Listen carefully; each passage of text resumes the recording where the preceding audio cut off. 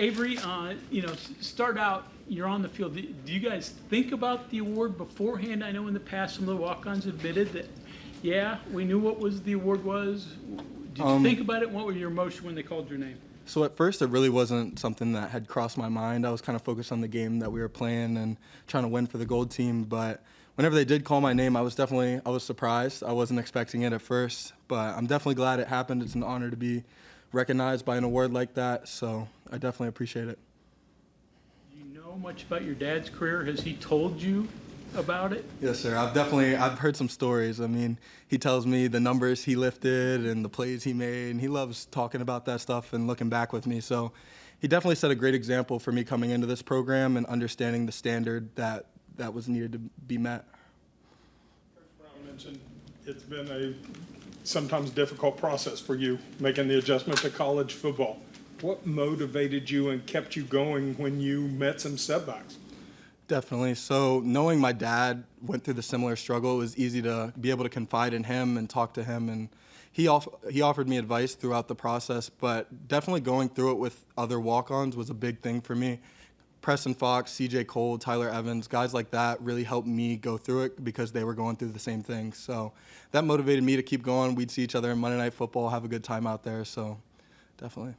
What is an example of like a Hudson Clement show you and provide you as an example? Last year, end up getting a scholarship after a big game, and now one of the integral players of the team a year ago this time, maybe Definitely. not having those thoughts. So as walk-ons, I feel like we're really like a close-knit group. So whenever Hudson first got here, he was one of my good friends whenever he got here.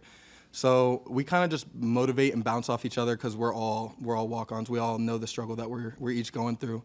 So kind of just picking up energy off each other is definitely, I think, how we stay motivated. What brought you here? Was it your dad just always on you to come here? You're from South Carolina, so Yes, sir. How did it work?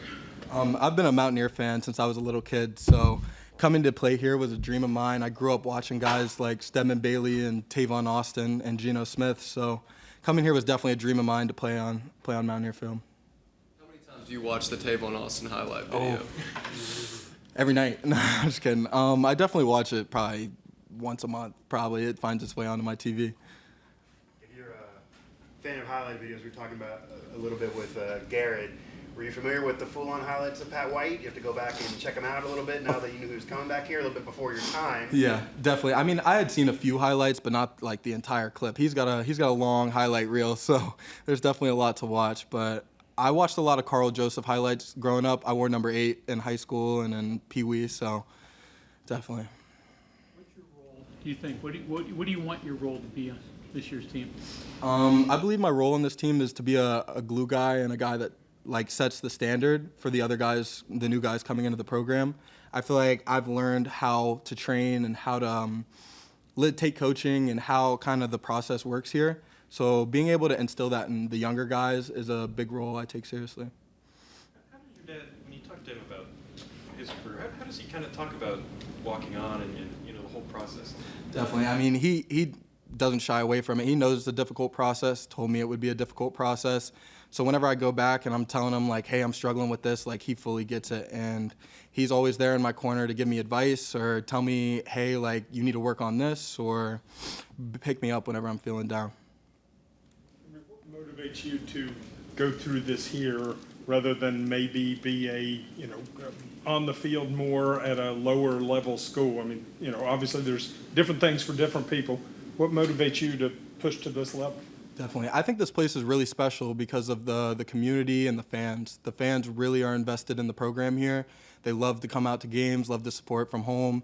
So I think the fans here, I go back home in South Carolina and I see West Virginia flags and yards on the backs of cars. So the fan base, I feel like, is really across the country, and that's something that's really special to me. And yeah. Yes, he was in the crowd. Yeah, I was lucky enough to talk to him after the game, and it was a pretty special moment for me and my family. Mom from West Virginia? Where's she from? Yes, my dad and my mom both grew up in the same place, Milton, West Virginia. Milton. I knew they were Huntington area. So Yeah, small where your little dad town. was. So your mom is too, huh? Yes.